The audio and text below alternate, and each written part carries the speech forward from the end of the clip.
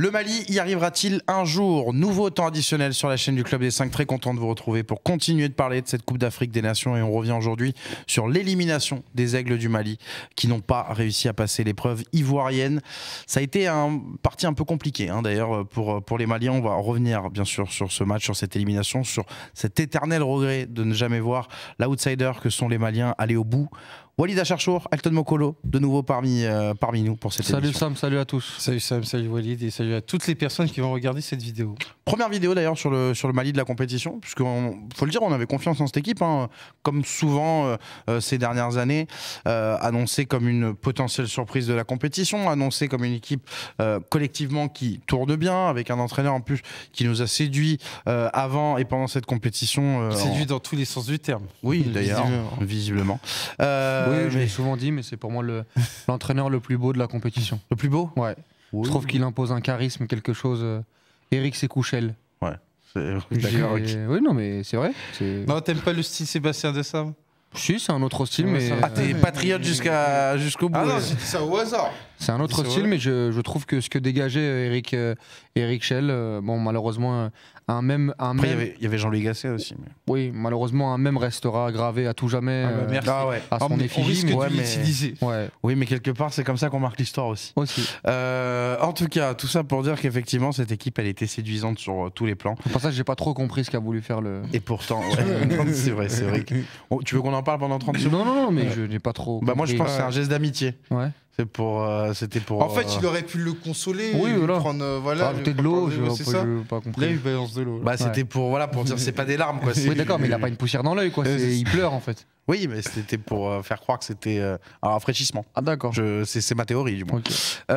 En tout cas, les Aigles se sont crachés, on peut le dire hier face à la Côte d'Ivoire. Pourtant, que ce soit dans la dynamique, que ce soit Walid dans les forces en présence, que ce soit sur le scénario du match, il y avait vraiment la route pour aller au bout de ce quart de finale.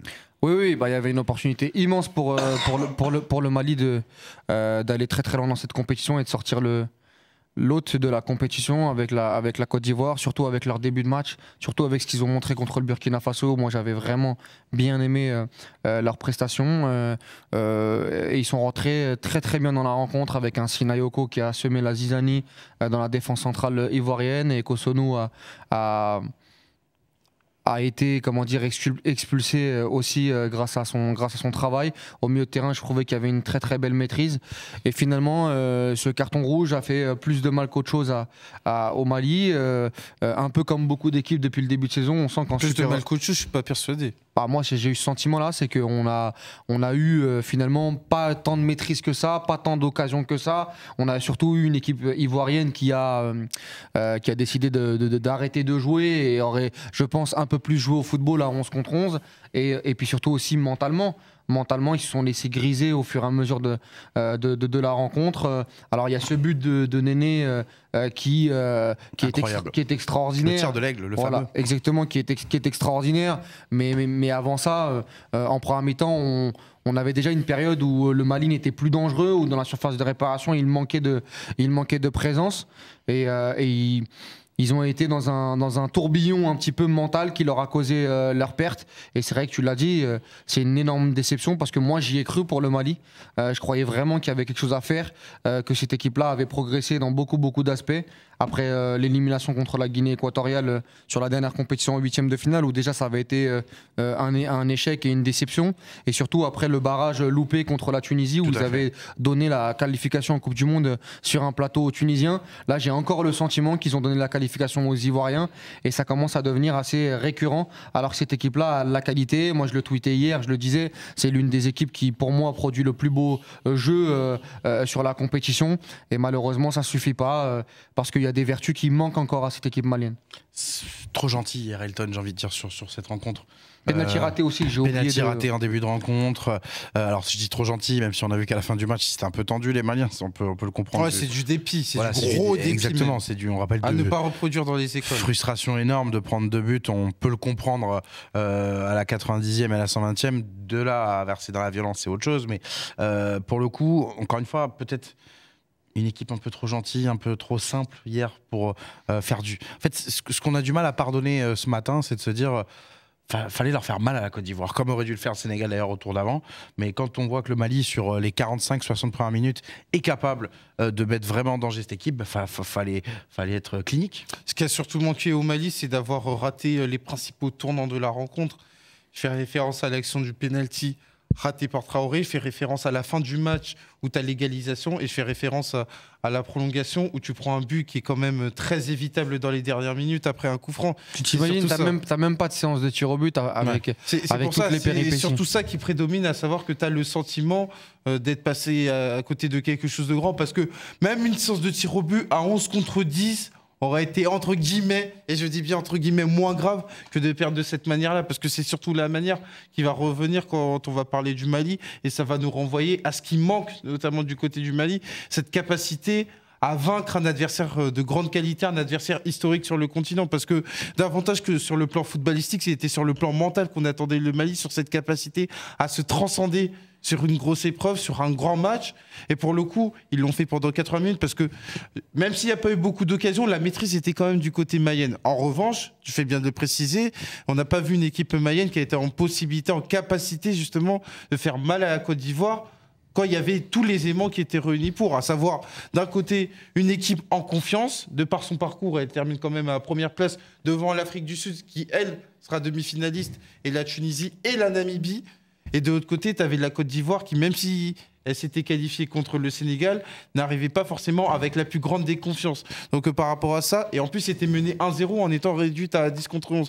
Et malgré ça, c'est la Côte d'Ivoire qui est passée. Donc effectivement, ça renvoie à les problèmes d'antan du côté du Mali et cette incapacité justement à avoir cette victoire qui fera office de victoire bascule pour cette génération.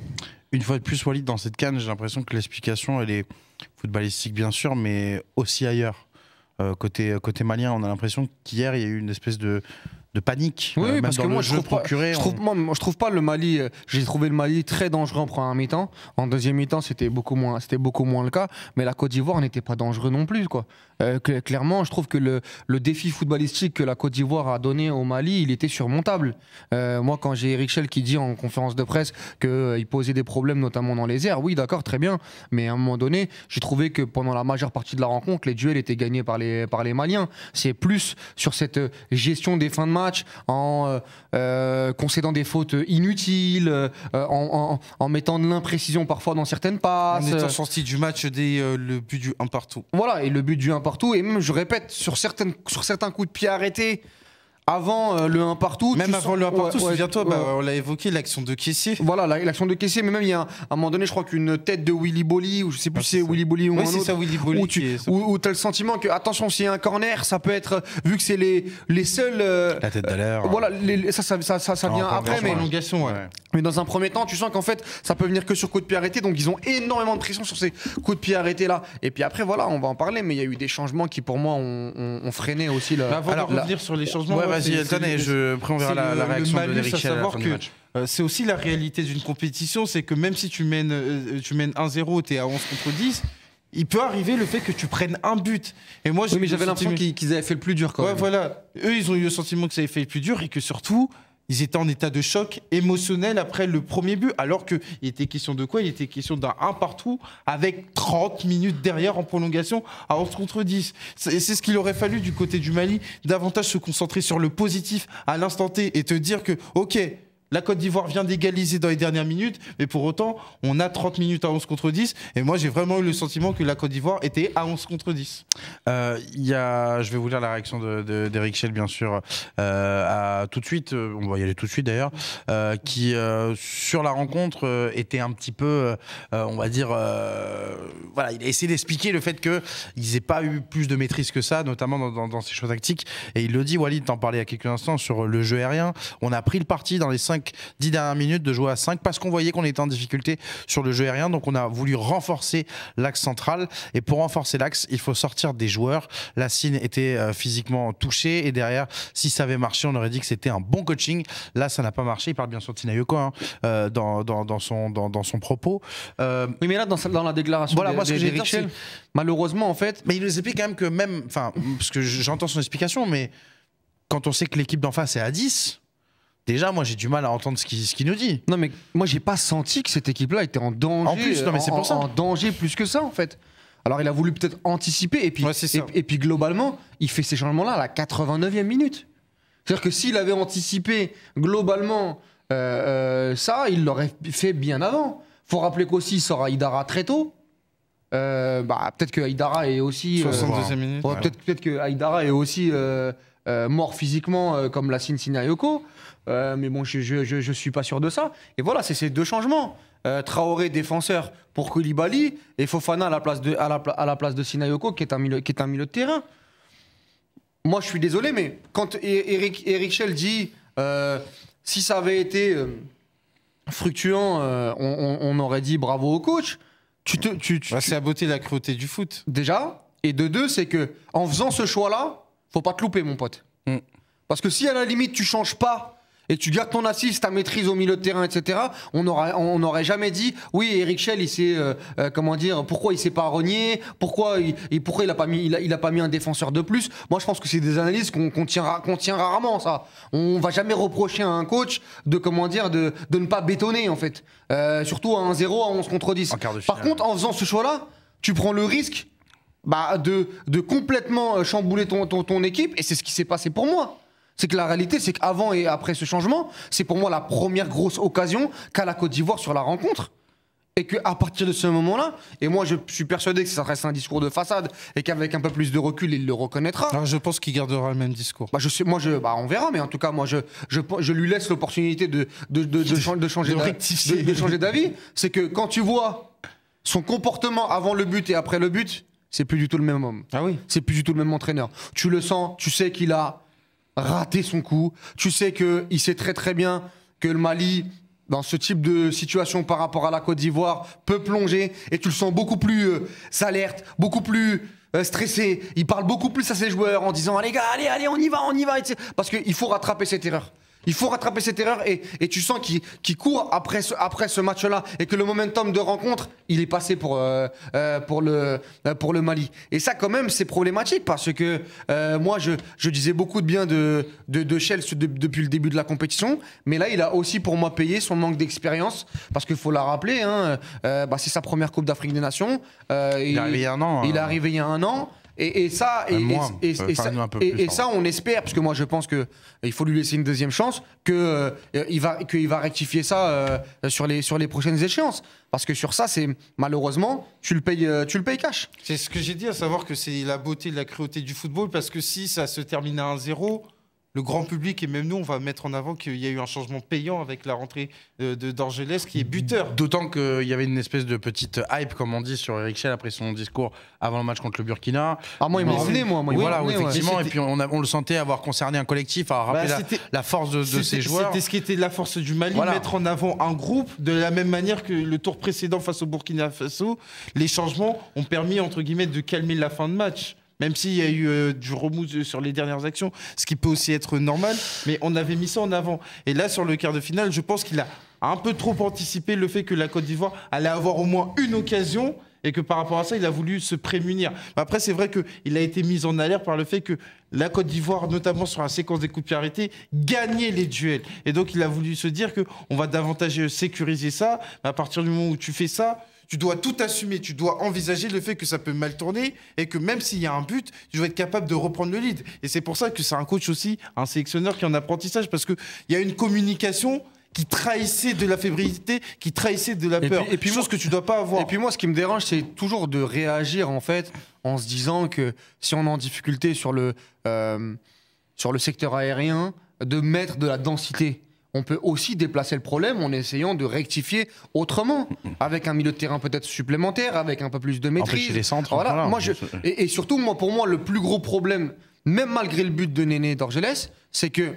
Qui est magnifique encore. Qui est magnifique, et encore une fois, c'est un exploit individuel. cette équipe du Mali avait perdu de la présence dans la surface de réparation au fur et à mesure de la rencontre, et notamment à 11 contre 10. Parce que, on en a déjà parlé, mais Emers Faé a voulu que le Mali entre dans ce type de match-là. Et moi, j'aurais aimé que, par exemple, au lieu de mettre un défenseur en plus, qu'ils mettent un attaquant en plus dans la surface de réparation. Un Ibrahim Sissoko de Saint-Etienne, notamment, qui est passé par Sochaux, qui rentre très très tardivement. Peut-être, à la place de Sinayoko, le faire rentrer parce que ça reste un joueur qui peut peut-être plus peser dans la surface. Un Sékou Koïta. Je sais pas, moi, je donne des pistes. C'est bien évidemment, c'est facile de dire ça a posteriori, mais la réalité, c'est que moi, quand je regarde le match, je me dis, mais les mecs, ils vont vraiment faire descendre de Falaye Sako et d'Amari Traoré pendant 25 minutes avec Willy Boli, Ndika et Singo dans la surface de réparation, qui pour eux, c'est du petit lait, quoi. C'est le terrien à Roland Garros qui se dit, bon, il veut jouer des échanges de 25-26 coups. Mais ça, vous inquiétez pas, moi je vais être là, c'est ma spécialité. Bah non, tu dois changer, tu dois essayer d'aller vers l'avant, tu dois essayer d'aller à la volée. Et là, le Mali, en fait, c'est un peu conformé à ce type de match et c'est emmené dans ce match-là. Et à un moment donné, bah tu te perds.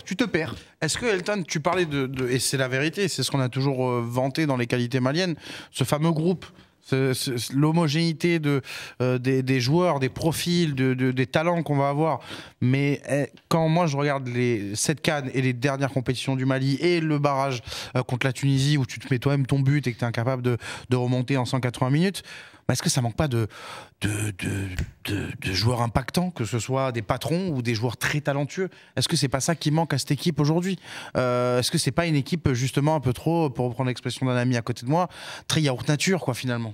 Après, je suis pas sûr que ce soit yaourt nature, moi, en tout cas techniquement, mais peut-être dans les têtes. Bien sûr, c'est une équipe. Peut-être dans les têtes. Mais est-ce qu'il ne manque pas ce joueur qui sur le match d'hier, par exemple, va être là pour rajouter quelque chose? Quand tu vois le tir au but d'Amanos Traoré, qui doit casser la cage. Après ça, il faut aussi garder de la mesure parce que je parle de la République démocratique du Congo, tu enlèves Chancel Bemba. Tu l'as, t'as un patron. Oui, mais tu l'as, mais tu peux pas dire que derrière il y a des joueurs qui aient pris leur destin en main, qui ont été déterminants. Ni l'Afrique du Sud hier, hormis Williams qui fait sans tir au but. Ouais, mais tu vois ce que je veux dire par là, tu vois, c'est que.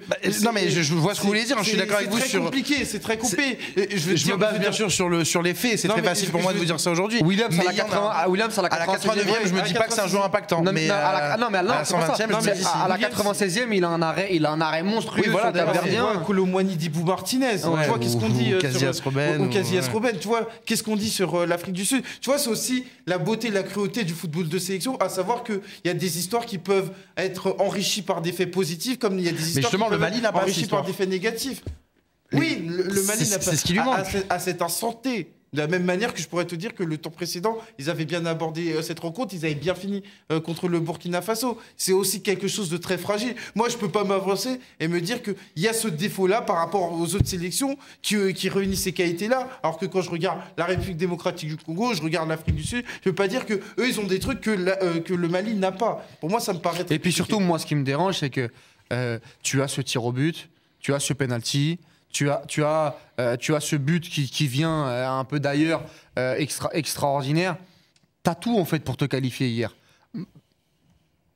Joueur ou pas joueur supérieur, le match, tu l'as dans la raquette, quoi. Tu lâches dans le crampon le match. Sauf qu'à un moment donné, quand Yohan Wissa il met ce penalty à 1 partout contre la Guinée, et Damanos Traoré, il le met pas. Donc là, oui, là où je peux te rejoindre, c'est que peut-être dans les têtes, à un moment donné... Par contre, là, oui. C'est là où on peut être d'accord, c'est que... Là, les leaders, cette faute que tu vas concéder à la 120e minute, Amari Traoré, c'est un joueur qui est très gentil, on le sait, on l'a connu à Rennes, c'est le capitaine parce que c'est un joueur très très bon joueur de football. Mais la réalité, c'est que ça reste un mec gentil, un mec sympa, et il a essayé d'être dur encore hier, des fois parfois à l'extrême. On l'a vu sur la VAR. On l'a vu à la fin du match, etc. Il a essayé d'avoir... À un moment donné, il faisait que demander ça. Exactement. Mais la réalité, c'est que, oui, tu n'as pas ce joueur supérieur, mais c'est pas hier, en fait, que je me fais cette réflexion-là. Parce que malgré tout ça, tu as beaucoup de possibilités pour aller en demi-finale. Et malheureusement, tu ne le fais pas. Après, c'est difficile à dire parce que, encore une fois, il est question de quoi? Il est question d'un but à la 93e minute, si je dis pas de bêtises. Mais c'est ce qui a manqué du côté du Mali, ce défaut de personnalité dont a fait preuve l'Afrique du Sud, dont a fait preuve la Côte d'Ivoire, puisqu'ils sont en demi-finale. Et c'est ce qui a amené le Mali à finir 2 fois 3e il y a 10 ans, et dont pour a le fait coup, avec preuve Keïta, notamment avec la République Diabaté. démocratique du Congo. Parce que, encore une fois, et je peux comprendre que ce soit très difficile, mais dans ces moments-là, il faut banaliser le but. Le but à dire. Et moi, j'ai eu le sentiment que le Mali a été confronté à une situation inédite sur cette CAN. Je veux dire par là, la Côte d'Ivoire a été déjà confrontée à des situations où ils ont fait la course derrière. Le Mali, ils n'ont même pas fait la course derrière une fois. Ouais, ils ont été menés de quoi, Ils ont été menés 2 minutes. 1 minute, ouais, Ils ont enfin, été oui, menés ouais. 2 minutes dans toute la compétition. C'est après le but de Diakité. Mais sinon, ils ont toujours fait la course en tête, ou au minimum, ils ont toujours été à égalité. Mais j'ai eu le sentiment qu'à partir du moment où ils encaissent le but d'Adingra, et ben ce but équivaut à un chaos. Et ça, c'est quelque chose qui est encore une fois très compliqué parce qu'il reste 90 Et après, il faut pas oublier. Tu vois, ça fait écho. Je vais te donner un exemple qui va être très parlant pour toi. C'est Argentine-France qu'on a vécu. À savoir, l'Argentine mène 2-0, mais tout d'un coup, ils repassent à 2 partout. Tu peux te dire mentalement, ils vont sortir du match. Eux, ils ont eu cette capacité de re-switcher. Parce qu'ils avaient connu ça contre les Pays-Bas, Ils notamment. avaient connu ça contre les Pays-Bas, mais c'est aussi ça qui fait la force des grandes équipes et qui t'écrivent un destin victorieux. C'est cette capacité, justement, à vivre avec les événements positifs, mais aussi les événements négatifs, comme le fait d'être rejoint à 2 reprises alors que tu mènes 2-0 dans le cas de l'Argentine. Et ça, le Mali n'a pas été en capacité de le faire. Et dans les joueurs supérieurs, faut pas oublier que Bissouma a le palu, donc il peut pas jouer énormément de minutes. Camara n'était pas là. Camara était suspendu ou blessé, il me semble. Je crois qu'il était suspendu, qui était le joueur quand même qui solidifiait devant la défense cette équipe du Mali. Sinayoko sort touché physiquement. Voilà, Bilal Touré n'a pas été libéré par l'Atalanta et Ibrahima Koné qui était à Lorient notamment. Je sais plus, il est où là? Il est à Almeria. Il est à Almeria, dernier de Ligue 1. Voilà, il est à Almeria, qui était aussi un buteur sur la dernière Coupe d'Afrique des Nations. Là, c'était 3 buts. 3 buts, je crois, sur 3 pénaltys. N'est pas là aussi, donc ça aussi, il faut le prendre en compte. Hein. Ouais, mais bon, dans tout ça, voilà. Non, mais je te parle dans un effectif. Je suis d'accord. Tu dis où sont les joueurs supérieurs. Quand tu vois la gueule de l'équipe, alors il y a des bons joueurs, mais c'est des joueurs qui jouent pas dans les plus grandes équipes en Europe. Bien hein. sûr. Ouais, non, c'est sûr. Hormis Yves Bissouma, Tottenham, Mohamed Camara, Monaco, Amari Traoré, Real Sociedad, Niakate, Braga. Mais c'est sur les 4 joueurs que je viens de citer, t'en as 2 qui peuvent pas jouer. On voit la compo de cette équipe. On rappelle que le Mali a gagné la Coupe du Monde des moins de 20 ans ou 17 ans, 20 ans il y a 2-3 ans. La Coupe du Monde ou la CAN? La CAN, Ouais, c'était la CAN. J'ai tout mélangé. En 2019. C'était en 2019. Donc il y a une belle génération qui effectivement a pointé le bout de son nez. Finalement, arrive à maturité là. Bah, bien sûr, normal forcément. Et pourtant, on l'a montré il y a quelques instants, j'aimerais qu'on le revoie, les résultats du Mali, parce que ça va faire bientôt depuis, je te le disais, depuis ces deux résultats intéressants en 2012 au Gabon et en 2013 en Afrique du Sud, où ils font 2 fois dernier carré. Il me semble que les 2 fois, ils terminent 3e de la compétition. Depuis, c'est énormément de déceptions, et notamment sur les 3 dernières CAN, où ils étaient attendus comme l'outsider, Elton, et au final c'est l'éternel outsider, mais qui finit toujours dehors. Après attention Sam, à savoir que pour moi je vais pas qualifier ce tournoi de déception. Il y a une déception qui est légitime. Non, il y a une déception de ne pas pouvoir les voir faire enfin une grosse CAN. Sam, il y a une déception légitime par rapport au fait que tu as perdu une place en demi-finale à la 93e minute et que derrière tu as pris un 2e but qui équivaut à ton élimination. C'est le scénario qui fait que. C'est le scénario qui fait que. Mais maintenant, encore une fois, il est question d'un quart de finale. Contre la Côte d'Ivoire. Si on t'avait dit en début de compétition, le Mali se fait sortir par la Côte d'Ivoire à la 123e minute à la maison, en quart de finale, tu dis c'est une déception ou pas? Je dis pas que c'est une déception. Juste que le Mali a pas réussi à passer le cap une fois. Oui, d'accord, mais tu les attendais où le Mali sur ce? Moi, ça fait 3 CAN qu'on se dit est-ce que le Mali va être capable d'aller enfin en demi-finale?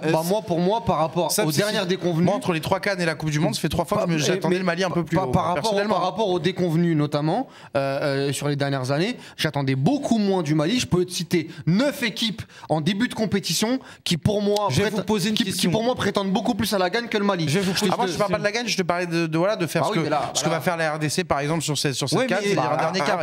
Pour moi, le Mali qui va en demi, c'est une grande surprise. Non, mais je vais vous poser une question. Pour moi, ça aurait été une grande surprise. L'élimination la plus embêtante, c'est la Guinée équatoriale au Cameroun ou la Côte d'Ivoire, pays organisateur? Ah, pour le Mali, oui, d'accord. oui, pour le Mali. C'est la Guinée équatoriale. Voilà. D'accord. Ou la Tunisie sur une jambe qui était catastrophique. Voilà, non, bien sûr. Une fois qu'on a dit ça, moi j'ai envie quand même de saluer le tournoi du Mali dans un contexte qui n'était pas forcément évident, à savoir un entraîneur qui découvre la réalité de la haute compétition, ou une équipe qui est amputée de plusieurs de ses cadres. On a évoqué Bissouma. Tu termines premier devant l'Afrique du Sud, tu bats l'Afrique du Sud. Tu termines devant l'Afrique du Sud. Tu tapes le Burkina Faso qui était dernier demi-finaliste de la dernière CAN. Ça, c'est quand même un héritage qui est important d'un point de vue positif. Moi, je trouve que c'est beaucoup plus positif que la dernière CAN. Et de la même manière que ça reste une expérience. Bien sûr que c'est plus positif que la dernière CAN, mais c'est toujours pas une CAN aboutie, moi je trouve. Non, c'est pas une CAN aboutie, mais ça reste une très bonne performance. Enfin, pas une bonne. Ça reste quand même un bon tournoi. Pour moi, j'en ai déjà parlé. La performance par rapport à ce qui s'est passé, les péripéties, l'espoir que tu as eu sur cette rencontre, et notamment le fait d'être à 11 contre 10. Mais attention, tu es à 11 contre 10 parce que tu as provoqué cette expulsion, parce que tu as été très bon. C'est le résultat d'un bon début de match qui fait que tu as 11 contre 10. C'est pas Kosunu qui pète les plombs, c'est Sinayoko qui file au but et qui à un moment donné, Kosunu était obligé de faire ça. À deux reprises. Moi là où je te rejoins, Sam, c'est que par rapport à ce qu'ils ont réalisé, tu es déçu. Et si tu veux critiquer le débrief de match, si tu fais un débrief de match pur, t'es frustré, t'es déçu, tu te dis le Mali reste le Mali, c'est la malédiction.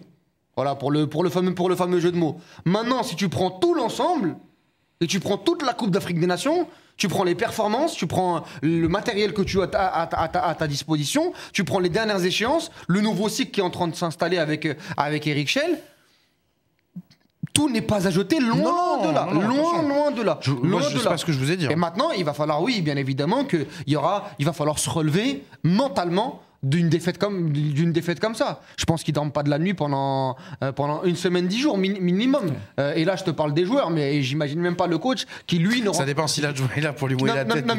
Qui lui ne revient même pas. Ça va apaiser la nuit. Il reviendra pas dans le train-train quotidien du club. Il a pas un match dans 10 jours. Eric Schell comme Bissouma qui va retrouver. Traoré va switcher. Il y a le PSG. Exactement. Oui, enfin. Je dis ça. Peut-être qu'Amari Traoré il aura du temps libre. Il y a peut-être la FIFA qui va faire toc toc. Pas avec le club. Si. Avec le club aussi. Il prend comme Suarez à l'époque, si c'est une grosse sanction de la FIFA. S'il prend 6 mois, il prend 6 mois. C'est international. Mais donc voilà, moi je pense qu'on doit laisser une seconde chance à Eric Schell. Il y a une qualification à la Coupe du Monde 2026 qui arrive. Ça va pas être évident dans un groupe avec les Comores qui a fait 6 points sur 6 et le Ghana. S'il emmène en Coupe du Monde 2026 le Mali, ce sera quelque chose d'extraordinaire. Et derrière, tu vois pareil, moi je trouve qu'il y a 10 places cette fois-ci, le Mali doit y être. Ah oui, il doit y être, oui, bien sûr. Là, ça sera une extraordinaire, je sais pas. Plus avec le Ghana. Quand je dis extraordinaire, c'est par rapport au fait que moi, j'ai jamais vu le Mali en Coupe. Non, bien sûr, c'est une première. Mais par contre, ça doit être l'étape prochaine. Et après, la CAN au Maroc qui arrive dans 14 mois. C'est ce qui pourrait être le principal. Ça va être la principale source de motivation du Mali, la proximité avec la CAN au Maroc, parce qu'il y a encore une fois des éléments positifs à retenir, à savoir que sur la phase éliminatoire, on a vu plutôt une belle équipe comme du souvent. Mali. C'est aussi ça la déception. Comme souvent. Mais je l'avais pas eu en 2021 moi. Ouais, on l'avait pas vu, c'était moins abouti. Là, si tu veux, le 4K2 Losange en Afrique, tu vois, c'est pas quelque chose. Ils avaient été dans une phase de poule il y avait l'histoire de la Tunisie avec l'arbitrage à la 90e minute. Tu vois, il y a une maîtrise. C'était pas fou ce qu'ils avaient fait. Il y a une maîtrise technique, il y a eu des. Là, c'était mieux. Et il t'a manqué le fait de bonifier ça avec des buts et peut-être qu'avec un groupe un peu plus mature, si tu veux. Alors, toute proportion gardée, mais ça m'évoque ce qu'avait fait l'Espagne 2006. L'Espagne 2006, à savoir une équipe qui était joueuse, qui était emballante, mais qui a été rattrapée par sa naïveté face à l'équipe de France, face à une équipe qui, justement, mentalement, a pris le dessus sur toi. Après, si le Mali fait 2 cannes de suite et va loin en Coupe du Monde, on pourra peut-être faire un parallèle. Mais tu vois l'histoire, à savoir que le Mali, voilà, c'est une jeune équipe, plus tellement, parce qu'il y a quand même des joueurs qui sont dans les 24, 25e année, mais qui contribuent au fait que c'est une équipe qui a tout à écrire au niveau de son histoire. Et encore une fois, 11 ans après, tu es de retour en quart de finale. Moi, j'aimerais bien revenir dans 2 ans et voir où est cette équipe malienne. Et moi, je pense qu'il y a d'autres équipes en demi-finale qui peut-être n'auront pas le même destin. Non, pas le même destin, mais ça sera peut-être un one shot d'aller en demi-finale et on verra. Fait référence à l'Afrique du Sud, bien évidemment. Et on verra ce qui se passera sur les prochaines années. Mais moi, je pense que tu peux capitaliser sur pas mal de trucs sur cette compétition. T'as ton football fédéral, ton football académique qui te permet d'avoir cet ajout de qualité. Il y a l'académie Jean-Marc Guillot notamment. Et Demi-finaliste mondial U17. Bon, après ça, c'est. Pour terminer aussi, dans les petits bémols, il faudra peut-être aussi changer de sponsor et maillot et changer de maillot. Non, mais c'est la famille, ça. Oui, mais après, on n'est plus en 2005. Maintenant, on a grandi avec ça, non? Oui, mais. Ouais, je vais pas citer on avait même l'agenda. J'aime beaucoup pas Ernest. citer la marque. J'aime beaucoup Ernest. Qu'on les défonce. J'aime beaucoup Ernest. C'est une marque qui nous a accompagnés toute notre jeunesse, mais à un moment donné. Salut Mohamed Dia, je crois, le patron de Ernest. Non, mais Dia, c'était Dia, non? Ouais, c'est autre chose. Ouais, c'est autre chose. C'est encore autre chose. Ça. Non, c'est Malamine Codé. Bon, salut Mohamed Dia quand même. On les salue tous, on les aime. Tant qu'à faire. On les aime. Exactement. Le Mali arrivera-t-il un jour? C'est la question qu'on s'est posée aujourd'hui. Vous donnez votre avis bien sûr dans les commentaires de la vidéo, les socios. Abonnez-vous pour tous les supporters maliens qui nous découvrent. On espère qu'on va continuer à parler du Mali sur les prochains mois. Ce sera bon signe, ça veut dire qu'ils performent du côté du continent africain. Puis si on peut avoir le éliminatoire, c'est toujours bien. Si on peut avoir le coach Eric Schell, on a des bouteilles d'eau. Et ouais, on aura des bouteilles d'eau. On a une grosse fontaine dans la loge, mais pour parler, pour discuter de façon constructive, ce serait peut-être intéressant. Ce serait peut-être intéressant. Ouais. Lui qui a connu, c'était sa première expérience en sélection, je crois, Eric Schell, en tant qu'entraîneur. Bon, là, il va devoir gérer les critiques des journalistes. Il a déjà géré les questions de nos confrères maliens qui ont été un peu. Ça va droit au but, hein, mon bien sûr. C'est propre à la France. Tu vois, on nous reproche souvent en France et tout, vos questions et tout. Allez voir en Afrique. Non, mais c'est clair. En France, on dit, la langue de bois, on passe par des chemins. Non, là, en Afrique, on dit les termes.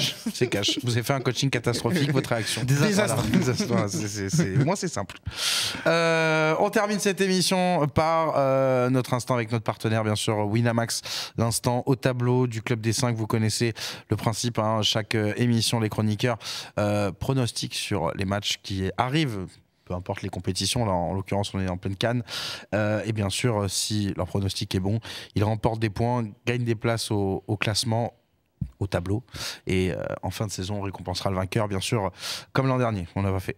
Je vous rappelle avant toute chose que jouer comporte des risques, que si vous souffrez de quelconque problème lié au jeu en ligne, n'hésitez pas à appeler le numéro qui s'affiche en bas de votre écran. Ça doit rester un loisir, un plaisir avant toute chose, bien évidemment, comme ça va être le cas dans quelques secondes. Justement, allons-y. On a déjà parlé lors d'une précédente émission de la demi-finale 100% francophone entre la Côte d'Ivoire et la RDC. On va passer de l'autre côté, parler des deux géants du continent, le Nigeria et l'Afrique du Sud qui s'affrontent pour cette fois-ci une demi-finale 100% anglophone, avec l'Afrique du Sud qui est quand même une grosse surprise dans ce dernier carré de la CAN. Je m'attendais pas à voir les Sud-Africains aussi loin. Le Nigeria, c'est l'éternel Nigeria, j'ai envie de vous dire. On va commencer avec Walid, parce qu'on a commencé avec Elton lors de moi j'ai le Nigeria en 90 minutes à 1,58. Ouais. C'est parce que tu avais. Non, qualification. Non, c'est la qualification. Là, il y a un regard terrible vers la régie. Non, c'est un peu plus haut. Un regard noir. En 90 minutes, c'est un peu plus haut, il me semble. Le dernier regard noir que j'ai vu comme ça, c'était justement un journaliste ivoirien à qui on lui demandait s'il fallait rester humble contre le Mali. Ouais. Et il a eu le même regard envers la journaliste. Ah ouais voilà, exactement. Non, je pense que c'est un peu plus haut. Mais en tout cas, voilà, le Nigeria en 90 minutes, parce que moi, j'étais un peu déçu de l'Afrique du Sud. Globalement, contre le Cap-Vert, j'ai trouvé le Cap-Vert bien au-dessus. Heureusement que Williams. Alors non, Nigeria à 58 en 90 minutes. Ah bon? Ouais. D'accord. Voilà, donc le regard noir n'était pas utile. Ok, donc à 1,58 le Nigeria, on pourrait peut-être l'accompagner. Très déséquilibré du coup. On pourrait peut-être l'accompagner d'un but de Victor Osimhen qui peut-être va remettre les pendules à l'heure statistiquement parce qu'il est très très bon dans le jeu. Un seul but sur penalty. Et non, il avait marqué non, il n'avait pas marqué, je crois. Mais si, contre la Côte d'Ivoire, il met le penalty. Ah non, c'est même pas. Non, c'est trop. Ah non, oui, c'est vrai. C'est vrai que je crois qu'il a marqué. Il a marqué contre la Guinée équatoriale. Le premier but, tout à fait. Mais donc voilà, enchaîné et je le dis, à part Williams qui a réalisé un match énormissime, le Cap-Vert aurait pu passer dans cette demi-finale et le Nigeria, moi je le dis depuis le début de la compète, là, depuis le match contre la Côte d'Ivoire, ça a switché et pour moi ça ira au bout. Ça ira au bout et je les vois aller en finale. T'as beaucoup d'équipes que tu vois. Ah, en finale, ok. Oui, en finale. Parce que je disais la Côte d'Ivoire tout à l'heure. Non, je les vois en finale. Après, tu sais, moi je vois un Nigeria-Côte d'Ivoire, pourquoi ? Parce que comme en 2019, le match Sénégal-Algérie, c'était joué en phase de poule et je pense que ça va être la même chose. Avec le même résultat. Avec le même résultat. Moi, je suis comme toi. Ouais. Je le vois très très fort. Le Côte d'Ivoire qui va en finale, on s'enflamme, on commence à dire c'est la magnifique histoire. Ouais, calmez-vous un peu quand même. Et la clim des Nike J, ça je la. On dirait vos propos. Non, mais c'est un avis. C'est un avis. C'est un avis, mais je vais même rassurer nos socios ivoiriens s'ils nous regardent. Je me suis totalement planté sur toute la CAN. Je voyais le Sénégal et le Maroc en finale, donc rassurez-vous. Alors continue. Non, mais voilà. Mais le scénario, le Nigeria vient mettre une clim après un parcours incroyable de la Côte d'Ivoire. Quelque part dans ma tête, il y a un match avant. Il y a un match avant, effectivement. Parce que toi, tu vois l'Afrique du Sud, c'est ça? Oui, effectivement, je vois l'Afrique du Sud se qualifier. J'ai mis qualification de l'Afrique du Sud. À 3,80. À 3,80. Très haut. D'ailleurs, moi, ce qui me surprend un peu, c'est peut-être le fait de voir l'Afrique du Sud de retour en demi-finale 24 ans après qui doit surprendre. Et donc, par rapport à ça, ils ont une cote qui est vraiment très importante. Mais toujours est-il que je vois un match avec peu de buts. Parce que si on a mis en avant la force défensive du Nigeria, de l'autre côté, c'est pas comme s'ils avaient mis énormément de buts. Et moi, je me dis que l'Afrique du Sud est tout à fait une équipe indiquée, capable de tenir 90 minutes sans prendre de but ou au minimum un but, et à côté de ça marquer également un but, ce qui peut t'amener en prolongation parce que tu as cette assise défensive, tu as Williams qui fait un très bon tournoi, il sera possiblement dans la discussion pour être le meilleur gardien de la compétition, voire le meilleur joueur, et je vois aller ça en prolongation où l'Afrique du Sud peut faire la décision soit en prolongation soit au tir au but. Si tu veux un conseil aux Nigérians, n'allez pas au tir au but. Parce que c'est un vrai spécialiste. Je pense qu'après le match d'hier, t'as pas envie d'aller. Non, mais le pire, c'est qu'il en arrête 4, mais il peut arrêter 5e. Moi, je trouve qu'on a fait un peu beaucoup sur l'Afrique du Sud. Ah, je croyais que t'allais me dire sur les 4 pénaux arrêtés. Non. William, c'est monstrueux. La dernière fois que t'as dit ça, c'était sur le Japon. Oui, c'est vrai. Non, quand je dis on en fait un peu trop, ils vont peut-être se qualifier, et bravo à eux, mais je parle sur le jeu, etc. Ah non, pas sur. Je trouve sur le jeu, c'est un visage qui est beaucoup plus restrictif. Ouais, je trouve que c'est. Ouais. Mais bon. Rappelons que c'était une équipe qui était pas très loin il me semble, du mondial 2018 ou 2022. Il y avait eu un quiproquo avec le Sénégal, un match à rejouer, mais c'est une équipe quand même qui progresse aussi. Attention, avec un gros vivier. C'est un gros travail du Bobo. 65e nation FIFA devant la République démocratique du Congo. Alors, je sais pas, moi, au-delà de 10e place, ça m'intéresse pas. Si, je te le dis. Moi, ça m'a jamais intéressé. Mais globalement, ils font un énorme boulot et Hugo Bros fait un énorme boulot. Oui, mais la réalité, c'est que je trouve que dans l'énergie de ce qu'on veut dire sur le jeu, etc. Voilà. Il a réussi sa course, Hugo Bros. C'est fort. Ouais, il a le costume. Ouais, il est passé par les tuyaux. Voilà. Voilà. On va s'arrêter là pour la séquence tableau by Winamax. Je poil non plus pendant 10 heures. Parce qu'à un moment donné, voilà, ça débroussaille. Faut qu'il retourne au boulot, quoi. Il faut que ça brosse beaucoup. Ouais, et puis il faut être un bon tailleur quand on est Hugo Bros. C'est bon, vous avez fini? Oui, c'est bon. Ça va, c'est parce que t'as le pull du Nigeria que tu. Alors ça, c'est vraiment involontaire. Ouais. Alors que t'as parlé de l'Afrique du Sud. C'est la fin de l'instant au tableau. Springboks.